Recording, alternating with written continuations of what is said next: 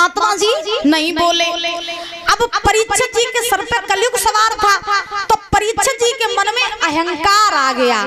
अहंकार कैसा? परीक्षित जी ने सोचा कि इन महात्मा ने हमें देख करके आंखें बंद कर ली। अरे ना मैं काना हूँ, ना मैं कुरूप हूँ, ना मैं निसंतान हूँ, और फिर भी इन महात्मा ने हमें देख के आंखें बंद की। इसका मतलब ये है कि इन महात्मा ने हमारा अपमान किया है। मुझे देखने के लिए लोगों की भीड़ लगती है, मुझे देखने के लिए लोग तरसते हैं। मैं जिसके द्वार पर पहुंच जाऊं वो लोग खुशी की वजह से फूले नहीं समाते हो। मैं चल के इन महात्मा के यहाँ आया हूँ और इन्होंने हमें देख के आंखें बंद कर ली। इसका मतलब इन्होंने हमारा अपमान किया। ये घमंड किसको आ गया? परीक्षित जी को। अब परीक्षित को घमंड नहीं आओ, उनके सर पे जो कलयुग सवार बाने बुद्धि घुमाई दे। क्योंकि परीक्षित जी कभी किसी के बारे में न बुरा सोचते थे न कभी बुरा करते थे, और आज परीक्षित को अभिमान आ गया। तो परीक्षित जी ने क्या किया कि वही महाराज एक मरा हुआ सर्प पड़ा था, तो परीक्षित जी ने वही दादा मरा हुआ सर्प उठाया और उठा करके समीप ऋषि के गले में सर्प लपेट दिया, और वो सर्प लपेट करके परीक्षित जी वहां से चले आए। अब जब परीक्षित जी वहां से चले आए, उन समीप ऋषि के पुत्र थे जिनका नाम था महाराज श्रृंगी ऋषि। उन श्रृंगी ऋषि ने देखा कि राजा परीक्षित ने मेरे पिता के गले में मरा हुआ सर्प डाला है, मेरे पिता का अपमान किया है, तो मैं अब परीक्षित को छोड़ूंगा नहीं। तो श्रृंगी ऋषि ने अपने हाथ में जल रखा और महाराज जल रख करके राजा परीक्षित जी को श्राप दिया कि हे राजन परीक्षित, जो मरा हुआ सर्प तुमने मेरे पिता के गले में डाला है, जाओ हम तुम्हें ये श्राप देते हैं कि 7वें दिन वही सर्प तक्षक बन करके जिंदा होकर के तुम्हें डसने के लिए आएगा। ये श्राप दे दिया श्रृंगी ऋषि ने परीक्षित जी को। अब परीक्षित जी वहां से आए, हस्तिनापुर में पहुंचे, और जैसे ही हस्तिनापुर में पहुंचे परीक्षित जी ने अपना मुकुट उतारो, तैसे ही महाराज वो कलयुग भी उनके सर से उतर गया। जब परीक्षित के सर से दादा वो कलयुग उतरा, तो परीक्षित जी को वो जंगल वाली सारी बात याद आ गई कि मैंने एक मरा हुआ सर्प एक तपस्या करते हुए संत के गले में डाल दिया, और उन संत के पुत्र ने हमें श्राप दिया कि 7वें दिन हमें तक्षक सर्प डसेगा। अब परीक्षित जी बड़ी चिंता में हैं, बड़े उदास हैं, परीक्षित रो रहे हैं। परीक्षित जी सोचने लगे, हे परमात्मा, ये कैसा मुझसे अधर्म करवा दिया, ये कैसा मुझसे पाप करवा दिया। डर मुझे इस बात का नहीं है कि मैं 7वें दिन मर जाऊंगा, डर मुझे इस बात का है कि जब मैं मरूंगा तो मेरी मुक्ति कैसे होगी। परीक्षित बड़ी चिंता में है, रो रहे। नवल्दे आई, नवल्दे ने अपने पति का उदास चेहरा देखा, तो नवल्दे ने पूछ दिया, महाराज जंगल में जब आप गए थे शिकार खेलने तब आप बड़े प्रसन्न थे, लौट के जब आप आए हो तो आपके चेहरा की ये रूहानी बदल क्यों रही है, आप उदास क्यों हैं? और नवल्दे ने पूछा कि किस कारण से और प्रीतम प्यारे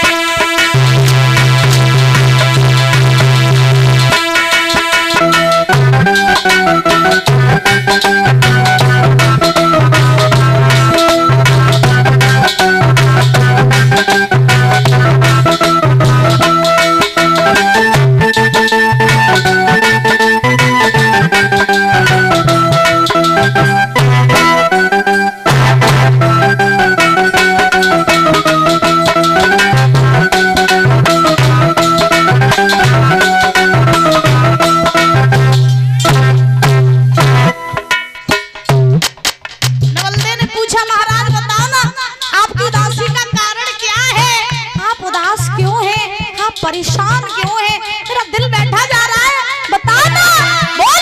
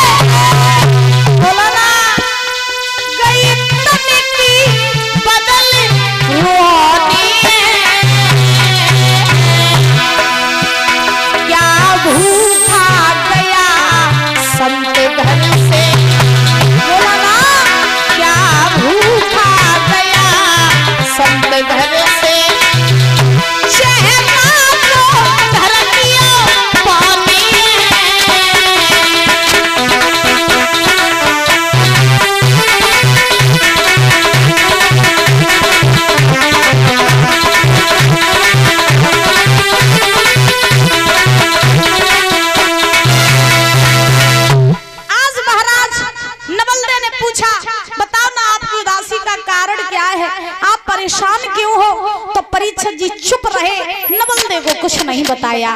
तब तक क्या हुआ कि परीक्षित जी के पास में आज घूमते घूमते बाबा देवर्षि नारद आ गए, हाथ में बीड़ा लिए हैं, नारायण नारायण का जाप करते हुए बाबा देवर्षि नारद परीक्षित जी के पास में आ पहुंचे। दादा, परीक्षित जी ने नारद जी को देखा, आसन लगा दिया और नारद जी को बैठा लिया। सूत जी महाराज समझा रहे, आज नारद जी ने जब परीक्षित जी का उदास चेहरा देखा तो नारद जी ने परीक्षित से पूछा, हे परीक्षित लाल, आज तुम उदास क्यों हो?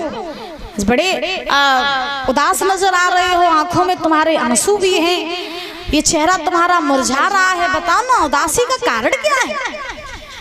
तो परीक्षित जी नारद जी से बोले, बाबा अगर आप मेरी उदासी का कारण जानना चाहते हो तो सुनो ना, आज जब हम जंगल में गए थे, वहां से लौट के जब हम आ रहे थे, मेरे सर पे कलयुग सवार था, तो कलयुग ने मेरी बुद्धि घुमा दी और मैंने एक संत के गले में मरा हुआ सर्प डाल दिया।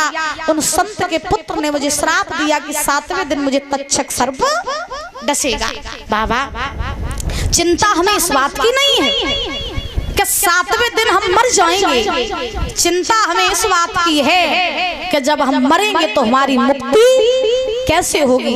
क्योंकि बाबा, संसार में जो जन्म लेकर के आता है उसे यहाँ से जाना पड़ता है।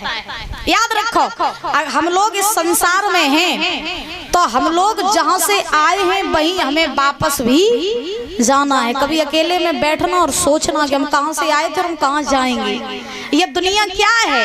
ये दुनिया एक मेला है। ये रिश्ते क्या है? ये घर परिवार क्या है? ये सब मेला है।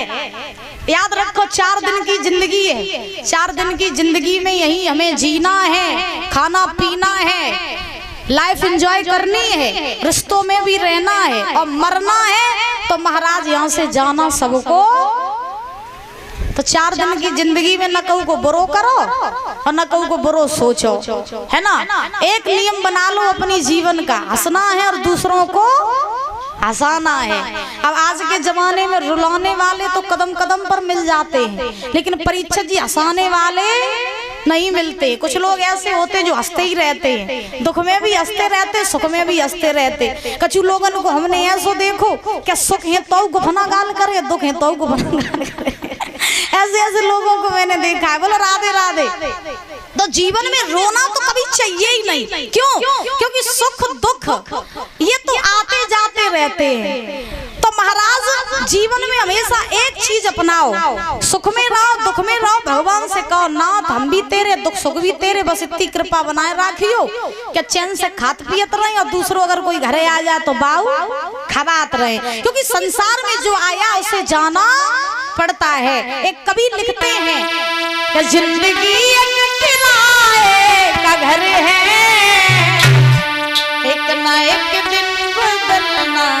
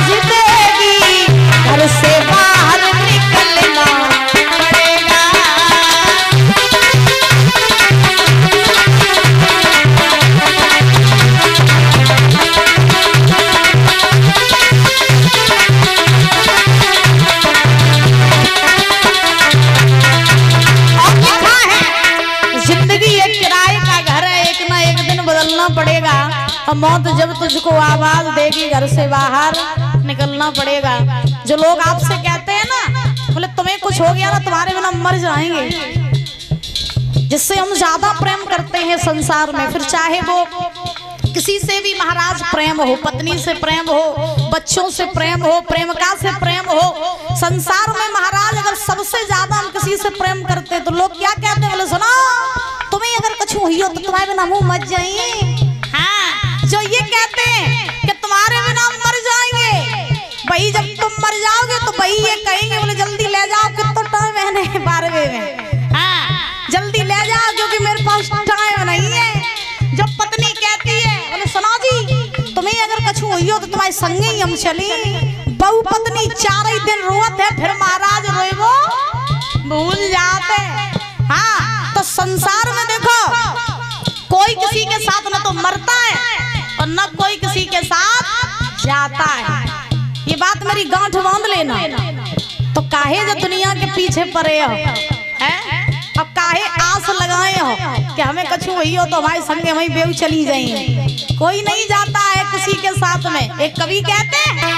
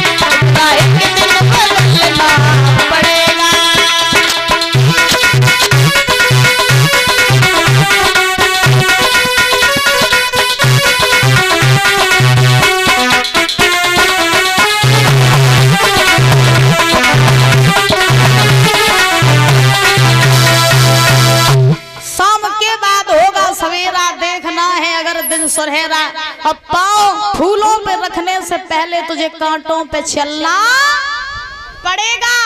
तो हम सबको जाना है, फिर चाहे हम हो चाहे तुम हो। यहाँ नहीं भरोसा है कि कौन कब चलो जावे। कोई चलो गो की तैयारी है, कोई जाने वाला है?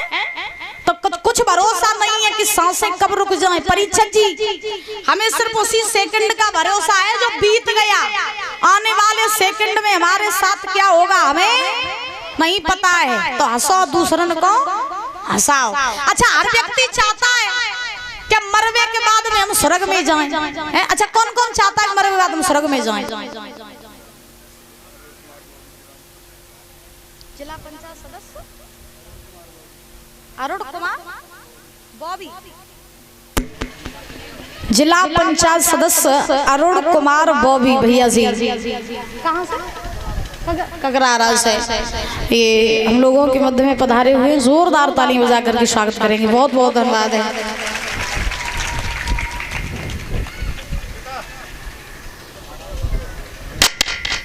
आप ताली बजा करके बोलेंगे तब तक।